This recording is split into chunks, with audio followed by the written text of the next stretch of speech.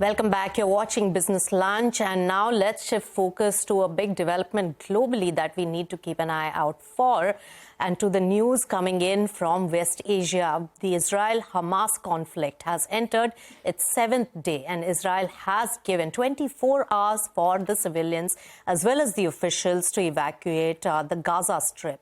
Now, we have with us our correspondent Palki Sharma of First Post joining from Israel to get us the latest ground report. She gives us this report from Tel Aviv. It is day 7 of the Israel-Hamas war, and the fighting is only escalating by the day. Let's start with the war. It is intensifying from the Gazan side, from Hamas. We have heard reports of rockets being fired in some places in the border villages of Israel, including the likes of Zerot, where some civilians have been injured, including 2 said to be injured critically. So the fighting is still on, but we understand that Hamas is trying to save ammunition for a bigger offensive that Israel is expected to launch. So things have subsided on that front. But from the Israeli side, the fighting continues unabated. Every 30 seconds, it is said that a rocket is fired into Gaza.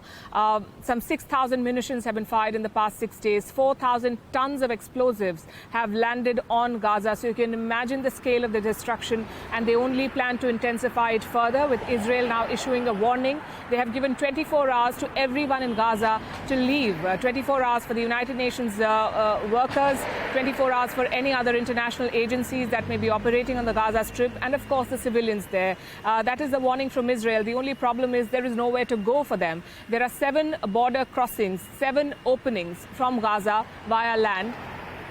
6 of them are controlled by Israel, and Israel has sealed them. The 7th one opens into Egypt. That is the Rafah crossing. But Egypt also shut it on Tuesday. So there's nowhere for these people to go. Egypt says it does not want any more refugees on its land. It is happy to help with the aid effort, but it does not want Gazans. So where do the people go? The only other option is the Mediterranean, and that is not viable at this point.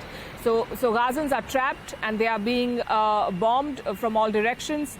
There are also reports, the Human Rights Watch saying that Israel is using white phosphorus weapons into Gaza. This is not technically banned as per international law, but its use is supposed to be restricted. So the humanitarian crisis on the Gazan side is going to go up. That is part 1 of the updates that we are tracking.